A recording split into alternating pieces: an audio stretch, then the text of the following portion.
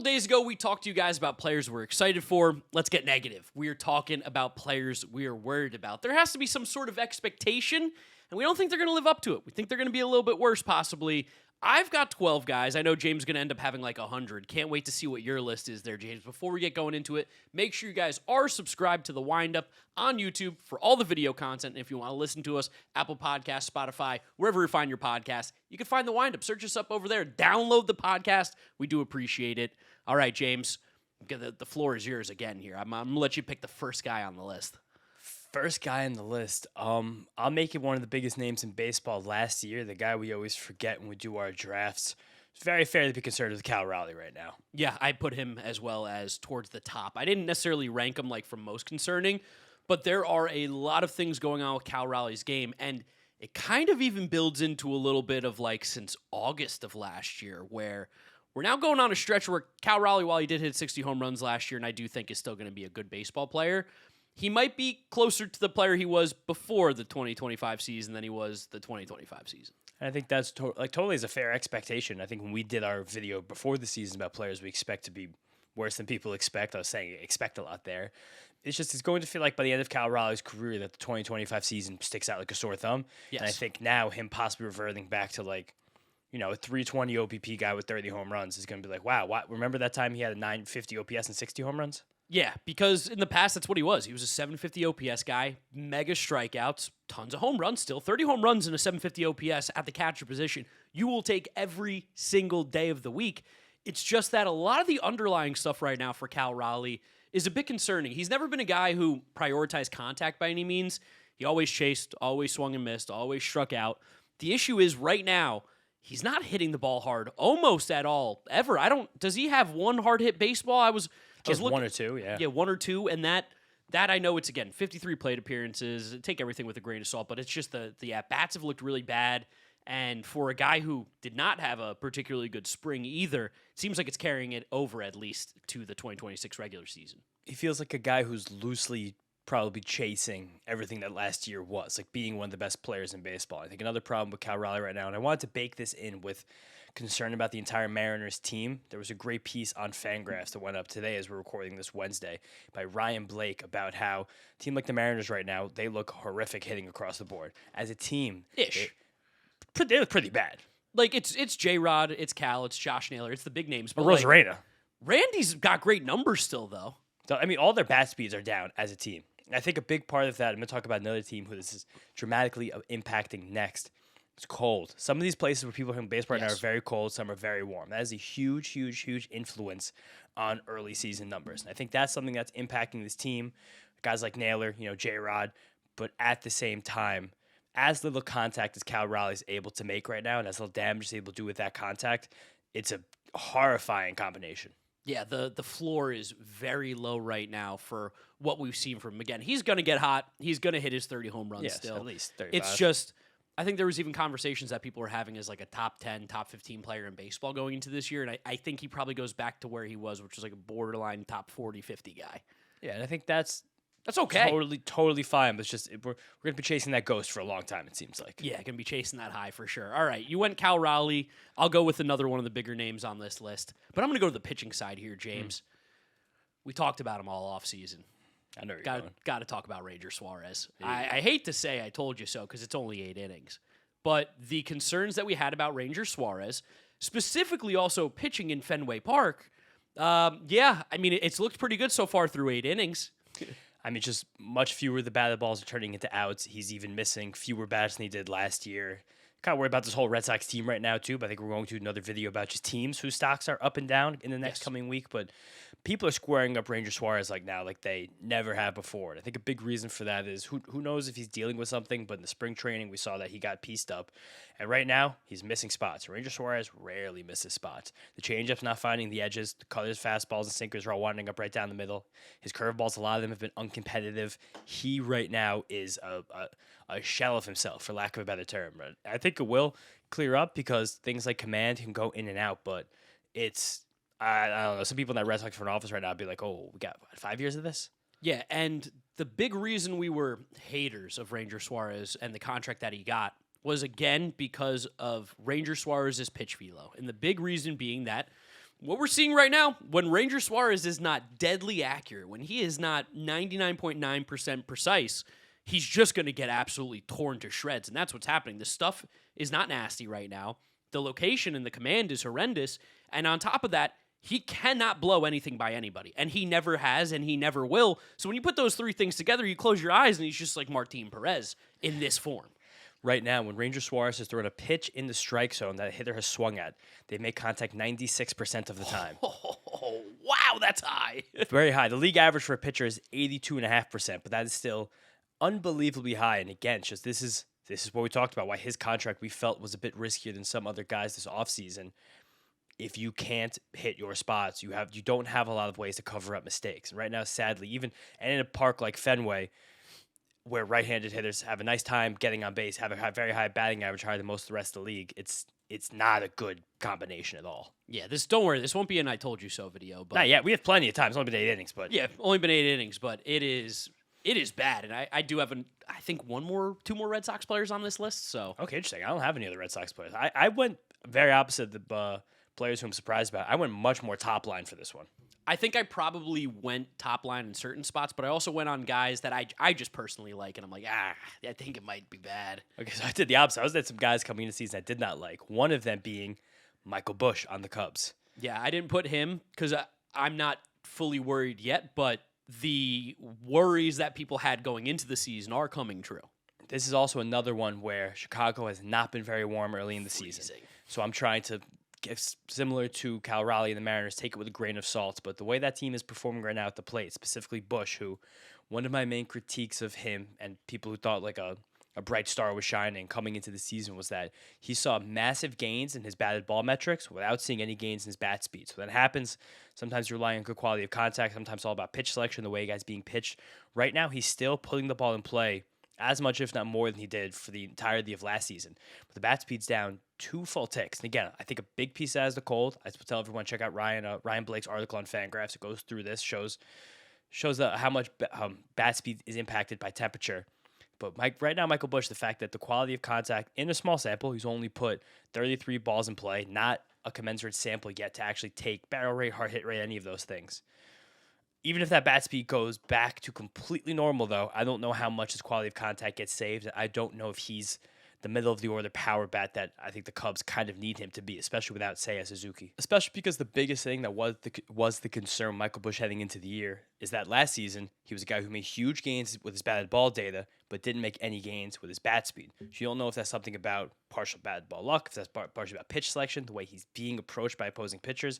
And this year now, playing in a very cold environment in Chicago, his bat speed is way down again. He's getting blown by fastballs. You see over 2/3 fastball so far this season, still not able to make proper contact on them. There should be concern about Michael Busch. Maybe not that he's not going to be a good player, but that he's not going to be the dominant middle of the order type bat the Cubs saw from last year and kind of need him to be for this lineup to succeed. Yeah, he was like 35 home runs last year or whatever. He's going to get hot at some point, and obviously playing in Wrigley, it does also help that you will get hot at some point because of the wind. He's still putting the ball in play a ton. It's just bad quality. That's what I'm saying. That's what he did last year. It's like, yeah, and that's why I'm like, I do tend to lean towards the cold, which is I'm not as worried as you.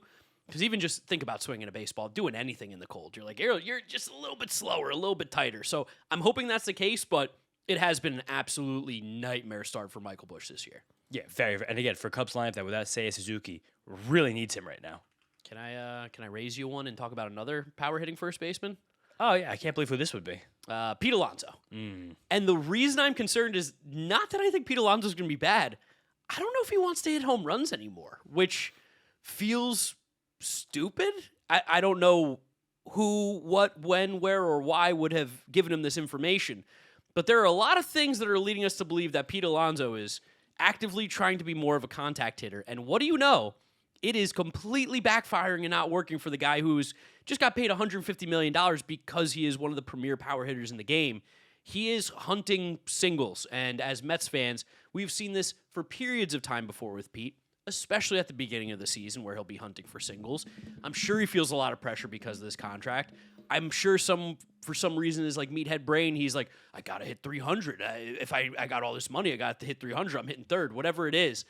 But the fact that his bat speed has dropped some of the largest in all of Major League Baseball this year. 3 miles per hour. 3 miles per hour. And he's not really lifting the ball at the same rate that he has been the last few years. It's weird. Maybe it's a slow start again, but if I was an Orioles fan, I would be having a panic attack right now. I'd be like, you're not hitting home runs? Why did we bring you here? It's also part of what we've talked about a lot, where it's nice to see the bat speed distributions that are available on Baseball Savant, where Pete's always had what looks like nice, clean mountains. Yes. Here are my swing distributions. Here's where I peak. Right now, Pete is peaking way lower than he ever has before, and seemingly trying to bring a B-swing approach into his repertoire with a teeny tiny few bits of A-swings, which are basically where his average used to be the last few years. And at the same time, well, you said he might be hunting for those singles. He's making less contact right now. Again, not a super large sample right now. He's obviously not pulling as many fly balls because his bat isn't moving as quickly. He's not getting out in front of as many of them. And it seems like he may have had a bit of a stance change that would affirm that the bat speed's down, trying to adjust with it, being now a little bit open instead of a little bit closed like he was for his entire career to this point.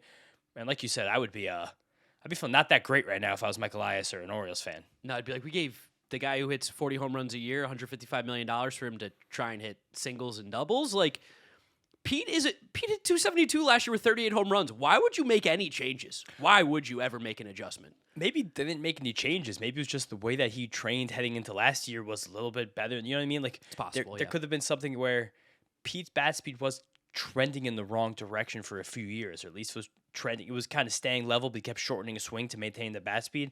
Now he's kept a short swing, but the bat speed's gone. Like, that could just be a little bit of fitness. Like, we're not really exactly sure what goes into this as the swing keeps changing, but maybe he has to re-elongate the swing to get that bat speed back. Like, it's a bit of a scary proposition right now for Pete Alonso. It's also a lesson that when you have sluggers who get over 30 years old, like, it can happen quick, and he's still hitting the ball very hard, very consistently, but he's not lifting it the same way, he's not pulling it the same way, and he is swinging and missing much more often than he did last year. All right, James, give me another player. I'll flip it back to the Mets, who were fair right here. Marcus Semien. Okay, fair. I did not put him on there because like right now he's doing, honestly, if he did this for the entire season, I'd be pumped. 100%. Yeah, we just said that I'm Mets up, but at the same time, we have multiple years now, Marcus Semien, everything going in the wrong direction. And I think that his stat line right now is being buoyed by 2 nice games he had in San Francisco against a bullpen that was, I'll say, lacking, to be nice to the Giants right now. But right now he's got a long swing and it's one of the slowest in the league. It's very hard to be a successful player as you marry those two things together. And we have so much data on Marcus Semien over the last few years that he might not be a league average hitter anymore. And it just, to me, watching him, it doesn't really feel like he's a league average hitter. So I guess I was still holding out hope personally that he'd be a league average bat. He's still running well. The glove is still good, but I'm just not. I'm like, I think you might be like the backup infielder, the 8 or 9 hitter sooner rather than later. Yeah, 2 more years after this is definitely concerning if we're seeing this kind of drop off on the numbers that we can see already. But also, to his credit, he's basically just being the same hitter he has been the last 2 years. So 5%, 10% worse than league average is still a very good glove. That's totally fine. But again, it's I don't know if we're gonna get like even a 700 OPS Marcus Semien. That's fair.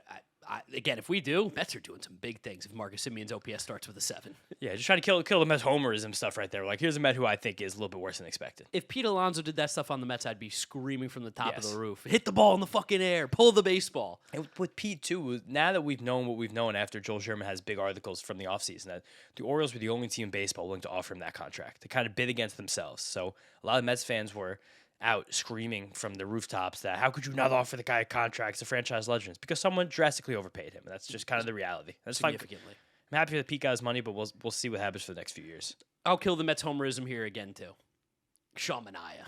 Yeah, I gotta talk about him. He makes $25 million. It's legitimately one of the worst contracts in baseball right now. He is what I would almost call unpitchable. He's not, because he will still probably get like 8 outs given the opportunity. He just might give up 4 runs and 4 absolute nukes. The stuff looks horrible. The velo's way down. This is not the Sean Manaea the Mets paid for. No, he's basically been relegated to just simply mop-up duty right now. The Mets have had 2 stretches, one that just got completed and one that just began, where they have 9 games in 9 days, and the team just made a double down on an announcement today that he will not go into the rotation during that stretch. And this was basically the only time in the first 6 weeks of the Mets season they could have used a 6th starter, and they're like, it's not even worth it. No, they were like, actually, we're okay. We don't really want to have him out on the mound, and I don't even know how many innings he really can throw in a game. The velo's bad already, and as it gets deeper and deeper, continues to stay bad. Everything that made Sean Manaea so good in 2024 has completely disappeared. We know he has the stuff in his elbow. What is it, the loose bodies or the bone chips, whatever it is. It's got to be playing into this. Like, at some point, when are we going to have the conversation of like, dude, you're hurt. Go get it fixed. Whatever the doctors are telling you or whatever you're being advised, like, oh, no, you can do this. You can't because you stink. This version of you stinks. Where at the same time, he has done some things where I'm like, oh, if you were at 100%, I would like to see this more often. Like, I like the fact that he's trying to mix in more changeups, right-handed batters. I kind of like that he's brought the sinker back a little bit just to be a little wrinkle, but it's very bad right now. And again, he's become the last guy in a Mets pitching staff, like someone who only gets in the game when something's out of reach. You can't call us Mets homers. He's a 1.8 ERA, and we just said we're concerned. Well, yeah, he has the same amount of walks as strikeouts. Like you can't be okay with that. Same whip as ERA as well. All right, now let's flip it around. Can I do a Brave? Oh, I have a Brave. I wonder if it's the same one. Austin Riley. Yep. I've been saying this now, and me and you had a conversation very, very late night at a bar when I was spewing my Braves hate to you, and I was like, we've now got like 1,000 plate appearances of him not being an elite hitter. What if he's just not? Yeah, that's mostly where I'm coming from with this, where I still have faith in Austin Riley being a fine baseball player. Like, the way he is defensively, where the bat speed still is. I'm like, this isn't going to be like bad, but at the same time, I don't think 900 OPS 40 home run Austin Riley is ever walking back through that door. We had a debate, I don't even know if you remember it, months ago, about if Austin Riley was a free agent right now, would he beat his current contract? I remember. And I was like, he might get close to it, but I don't know if he'd beat it. And I think right now, the way that some of his contact metrics have trended down over the last few years, and the way he's come out of the gate, still trending in the wrong direction, I would have some genuine concern about who I think is the highest paid player in Braves history. Which also is crazy because his contract's like, I think, incredibly cheap still at this time. I think it's still like around 5 for 100. I wish. I would take that chance every single day if I was a front office based on what Austin Riley did in those couple years. But yeah, I think that like 800 OPS, you'd be very, very happy as a Braves fan this year from Austin Riley. I am kind of throwing out the idea, like you said, of the 900 OPS, close to 40 home runs, one of the best hitters / players in baseball. It feels like a guy who is just a little off at the plate. And I think the league might have adjusted, and he might not have adjusted back to get to that same level. He's got 7 for 154 left. Wow, that's actually way more than I thought. That's what I'm saying. I don't know. That was my whole thing. So I was like, I don't know if he beats that after these 2 seasons he just had. And again, you could have written a lot of his struggles off for the last 2 years to really poorly timed injuries, general cold streaks that also got wiped away by injuries, life events that happened. Coach, passed away in like a tragic car accident, but. Again, this is something I like to look at when players can get. Austin Riley's not old either. I think he's still only 29, I want to say. Yeah. But it's beginning when you start to, I guess, should be considering some things. I don't like when guys that used to not get beat by fastballs get beat by fastballs. That's a scary thing to me. I don't like guys that used to hit the ball hard not hitting the ball hard either. Like, hard hit rate is one of those things where, again, it's still such a small sample, only 50 plate appearances. But usually guys who hit the ball hard, when they make contact, still hit the ball hard early in the season in small sample sizes. And I think another thing is that we're leaning a little more hitter so far because I think that we've just seen less of pitchers. Yeah, it's impossible on some of these guys. The sample size that we have on the bats is much more indicative of things that could be going right or wrong compared to arms. Still have some arms on here, but just wanted to point that one out. And one stat I really don't use, especially when looking at hitters that I'm more down on the early part of the season, which I would look at later in the season, though, is chase rate. Yeah. Because I think that's a thing where if you watch a rolling chart of a guy's chase rate, you're like, spot the slump, spot the slump, spot the slump. It's natural for those to go up and down in like 1 to 3 week samples where even though it's still not a good enough sample size yet, I kind of like the zone contact more than those probably go with each other, but it's more about trying to get our first looks at these guys and seeing where momentum has been taking them recently. You want me to throw a picture out here just to break it up a little bit? Yeah, for sure. I think you've probably already moved on from this guy, but I think the greater baseball world is doing it right now. Christian Javier is over. Oh, he's on my list. It's completely over. It's done. I think he has like a strikeout or 2 this year, which is an insane sentence to say. He's pitched multiple times, and I think he has 2 strikeouts, maybe 3, and the velo's not good. The command is about as bad as it could be. And for a guy who's had injury issues, who's now pitching poorly, pitching to a level where I think he's going to get lit up in AAA when he gets sent down. I'm not really sure what the Astros do with Christian Javier. He might be just DFA, move on. All the things that we said about why we were down on the Astros coming into the season that if anything happened to one of their two superstars, in Hunter Brown and Yordan Alvarez, now that Hunter Brown is gone, it seems like he's going to be gone for a long time. Yeah. I don't know how this team gets through a week of pitching. And they're absolutely mashing. Every single person in this lineup is hitting the piss out of the ball, and they're still 500. And they have like 3 guys with an OPS that almost start with like 13. Like, Told you that lineup was good. I still don't buy it. They got to play in Colorado. Don't forget that. Yeah, that's true. And also their own ballpark. But like Christian Walker might be back. I'll give you that one. Christian Walker might be back. Christian Walker might be back. The fact that Jose Altuve now is the smallest strike zone in baseball and he's decided to not swing is really fun. We talked about Cam Smith in the video yesterday, but Christian Javier, the ball leaves his hand. It's either going down the middle or it's missing by a lot. Like and again, like I've been quit on Christian Javier for a long time, so I didn't even want to include him on this. But I don't see the joy coming back to this one. It's that bad where, like, I genuinely feel really bad for Christian Javier. Because it was injury. It's not his fault. And the fact that he's lost a tick on the fastball from its peak, and he's lost multiple inches of induced vertical break of life. On a fastball that was so unique and not... And it was great, but it wasn't really because of the velo. Like similar to Shota and similar to some other pitchers that have the precarious fastballs that have good shapes and low velo. I'm trying to think right now. I can't. Good shapes, low velo. There's not many. Yeah, none are coming to the top of my head. I'll get a leaderboard going for that in a second here as we keep talking through. But I don't know what this Astros team is going to do to find pitching. Especially because one of the ones that they're leaning on is also Lance McCullers Jr., who probably has 45 innings in the tank this year. A few more moments, maybe. Yeah, like it could end at any second. All right, James, give us another player. Another player. Who do I want to go with? I still have like 6 left. I have a few left. Oh, I have one where for this year, I think we have to be okay with being okay with him not being great. But this is not me saying anything about the rest of his career, especially because one guy who was better than we thought, who I forgot to mention yesterday, but Shane McClanahan on the Rays. Okay. It's just, again, this is me speaking more in the vacuum of this season, or at least in the vacuum of the next few months. I think it's very similar to how we were considering Sandy Alcantara going through last year. Like, these are very serious injuries. Shane McClanahan's had a bunch of serious injuries where I don't think we realize how much these surgeries take out of a person, a player, a pitcher. I don't think that this Shane McClanahan's final story is written, but watching him pitch right now, it almost makes me sad just remembering how electric it once was. Yes, and also weirdly, I still am kind of happy for the guy because he's out there, because I thought there was a real chance we just might not ever see him pitch again based on how horrible the injuries have been. That's what I'm saying. That's why I'm a little bit like kind of vexed in between them, but where I'm like, I'm still hopeful for the future, but in the moment, I think it's fair to be like, all right, this is not going to be anywhere near an ace. Should I give you another pitcher then? This will be my last pitcher. I don't know how many you have left. I have. That was my last pitcher as well. Okay, so we'll get the pitchers off the board. Brian Bayo has looked really, really, really bad. And at the same time, he's doing the thing that he's always done, which is like he's getting whiffs. He's getting people to chase. But at the end of the day, when he does throw that ball in the strike zone, they're absolutely pummeling it. And I don't think, like, because we saw him take big strides last year. He had, like a 3-something ERA. He threw close to like 160 innings. Felt like he was going to be a staple of this rotation.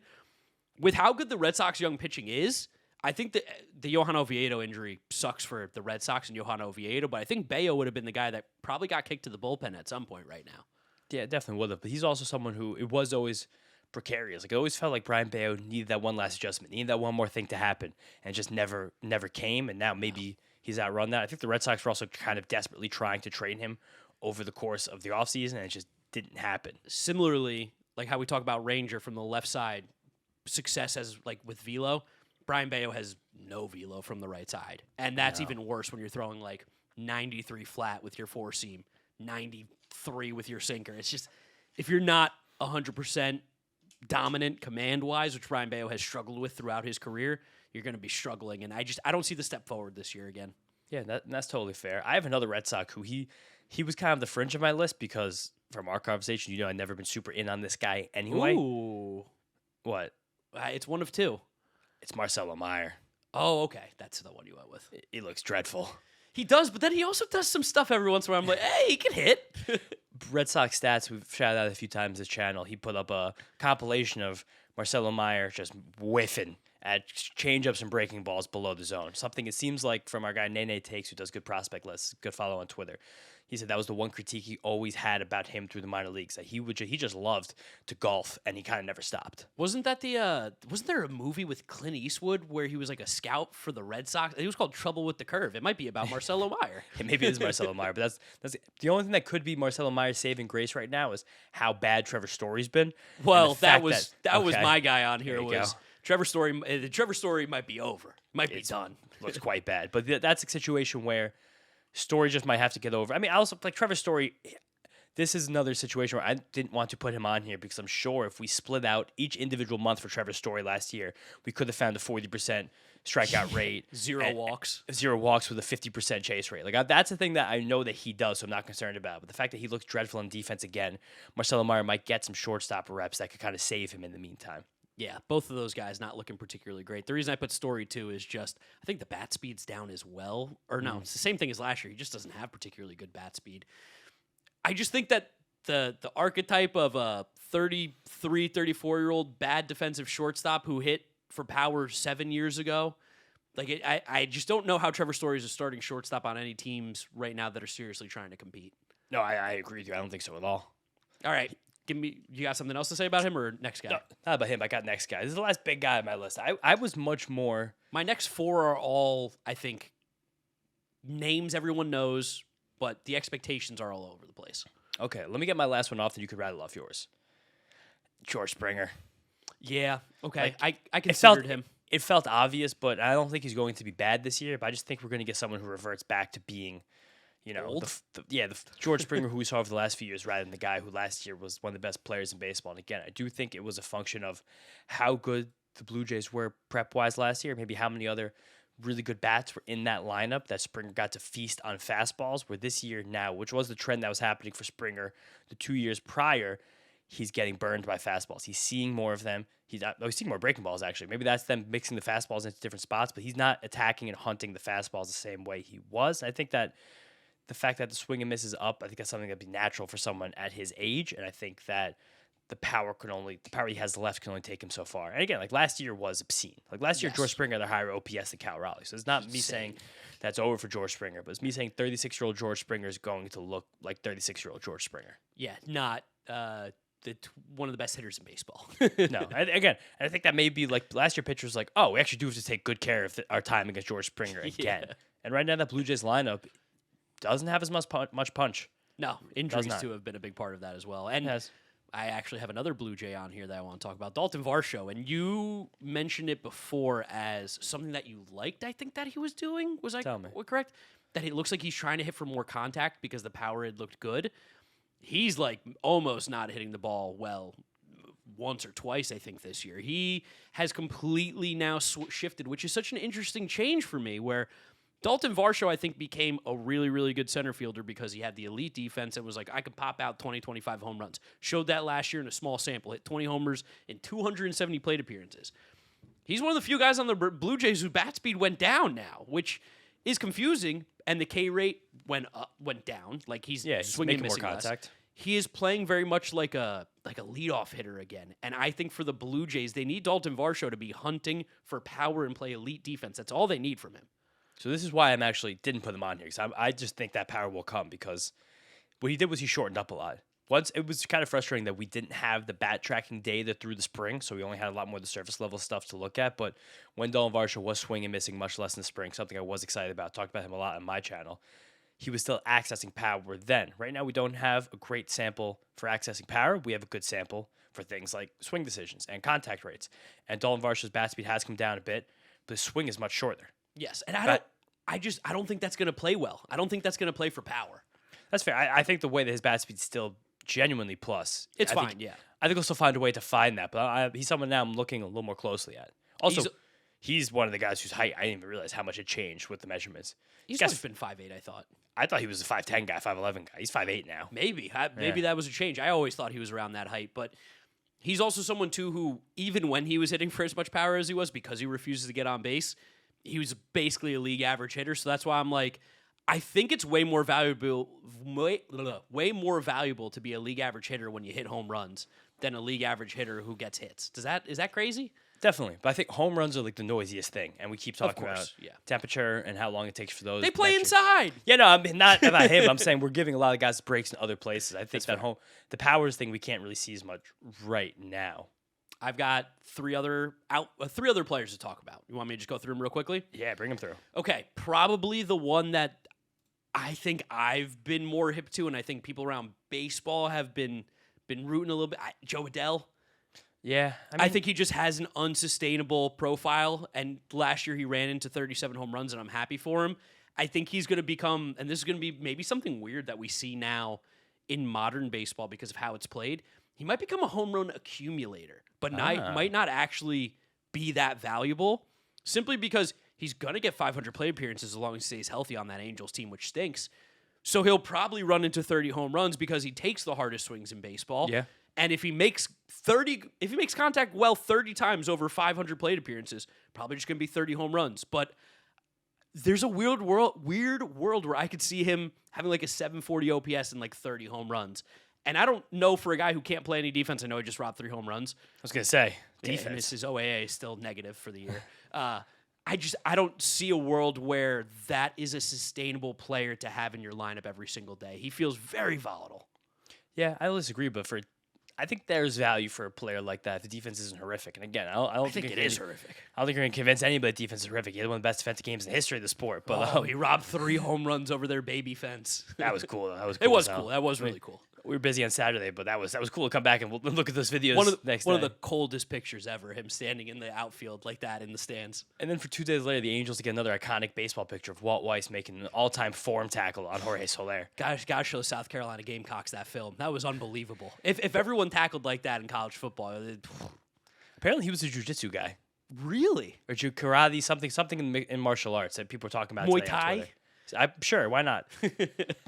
But I am a little bit concerned about Joe Adell. He's still swinging the bat hard. He's still doing all the other stuff. I think he might have just accumulated 37 home runs, which feels really lazy and stupid to say. But I think that's going to be my weird hot take. Yeah, you need good power to do that. I wanted to throw some other guys on here who I think there's like some statistical stuff to them not being as good as maybe they're perceived to be anymore. But I'm not by no means going out on them yet.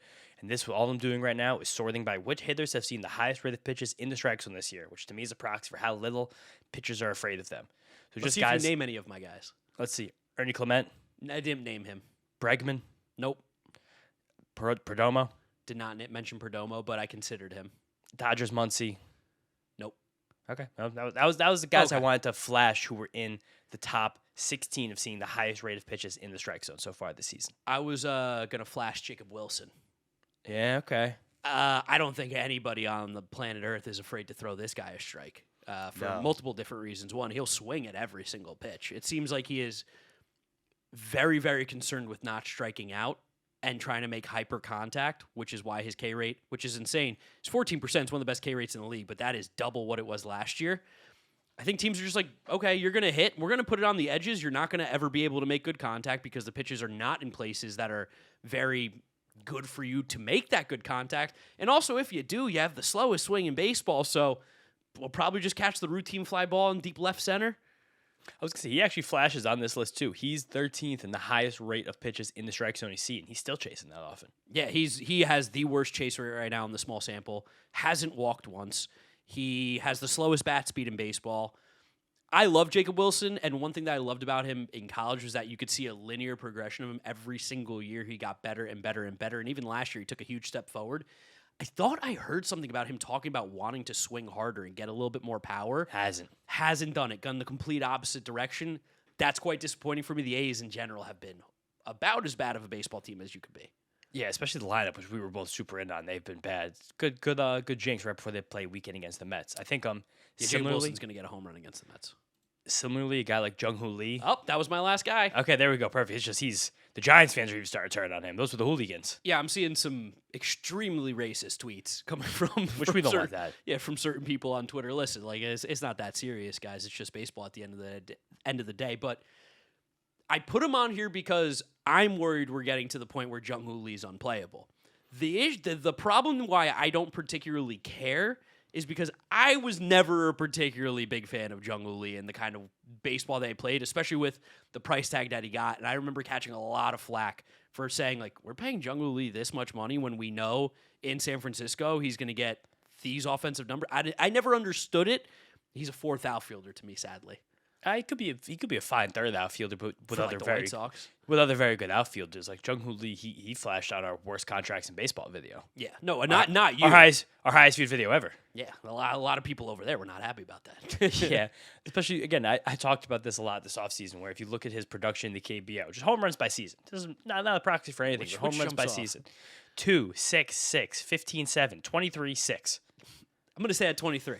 I don't know. Again, that last 6 came in only half the season of play, and the whole time he had batting averages that were minimum 320. Yes. But just San Francisco, we're seeing how difficult that park is to hit. And guys like Rafael Devers and Willie Adames and Matt Chapman, who are very trusted veterans, who are all-star caliber players, especially mostly Devers, like, you're just going to be a worse hitter in that park, especially this time of year. Yeah, now, he's going to play great outfield defense. He looks great in right field. I think that was a great decision by the Giants. One of the rare decisions that they've made this year that have actually worked out.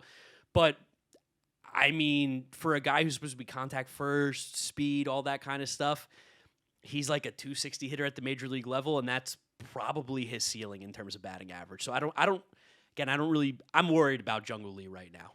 If the Giants had more good baseball players, I don't think he's playing every single day. I think that's fair to be. I bet you're down 1-0 already, David Peterson. Yeah, I believe Bo Bichette got exposed early on in the game at third base. I'm worried about Bo Bichette defense. But yeah, offense, not worried. Not worried. Defense, very worried. Yeah, otherwise, I think that's my list done. How about yours? That's it. We got all my guys. Let us know in the comment section who you're worried about this year in Major League Baseball. Subscribe to the Windup over on YouTube. If you're listening to us, Apple Podcasts, Spotify, drop us a rating, drop us a review, download, and subscribe. You can follow James on social media at James Shiano. I'm Draft Nick Mark. Thank you guys for watching. We'll catch you on the next one. Peace out.